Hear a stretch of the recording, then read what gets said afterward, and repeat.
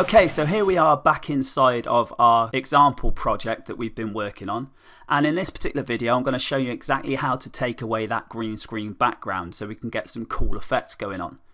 It's worth noting again that we use green screen because green isn't a natural colour that occurs in most people's skin tones. And obviously we can avoid wearing green clothing when we're on video, otherwise we disappear when we do this technique I'm about to show you.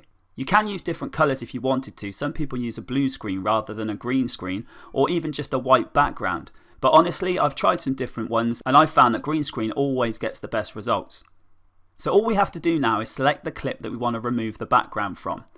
Now if you've got a whole set of clips and you've done lots of edits, then you might well need to come down and select everything on the track. You can do this by coming down to the track that you've got all your clips on, right clicking and clicking select all media on track. This means that anything we now do to remove the background will affect every single clip on our timeline. Once we have the clips that we want selected, we then need to come up to visual properties. Now I've already got it selected, but if you didn't or you couldn't see it, you click on it or click on the more button and it'll be in this drop down here. Once we've got it selected and we've got our clip selected, all we need to do is check the box that says remove a colour.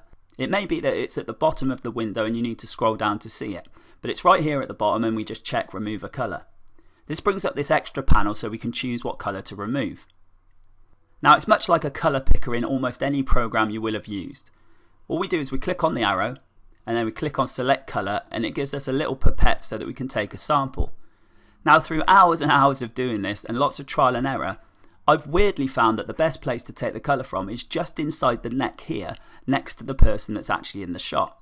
If we click, it will now remove all of that green and everything around it. Now as you can see, there's actually some green left here. We can just see it shining through. So over here we have these sliders for different tolerance and softness. Now all we need to do is actually slide these up to such a place that we can't see any of that green anymore. So I'm just going to click so that I can go up in single unit stages so we can see exactly when we need to stop. So if I just click, you'll see that the green is starting to disappear. Now I've got to 16 and to me that looks pretty good. So I'm going to leave it at that. Now what we need to do is actually check that when it's playing, it doesn't suddenly flash all sorts of different bits of green. So I'm just going to hit play just for a second. Hey there, welcome to Access All Areas Green Screen. Now that looks pretty good to me, so I'm going to leave that at that. But what you need to do if you have got different clips is just check that the lighting didn't change slightly between, especially if you're using two different bits of footage and you've just patched them together. To do this, we can click on this button here to go to the next break, which will take us to the start of the next clip. Now this is the close-up that we did, so there is a chance that the green's different. But as I can see here, it looks pretty good to me. So I'm just going to hit play again. Now this course is broken into 3. And we'll just pause that again. Now that looks pretty good to me, so I don't think there's anything I really need to do. But let's imagine the lighting had been different and we'll just pretend that it looked like this. Now all you would have to do is deselect the one that you know is working, which is our first clip, by just clicking on the one you want to edit now. And then you could adjust these properties and it would only apply to the clip that's been selected by yourself. So we could do the tolerance a little bit higher to make sure. Now just to show you what happens if you go too far, I'm starting to disappear. So this is why it's important to get a happy medium where the greens disappeared but you haven't.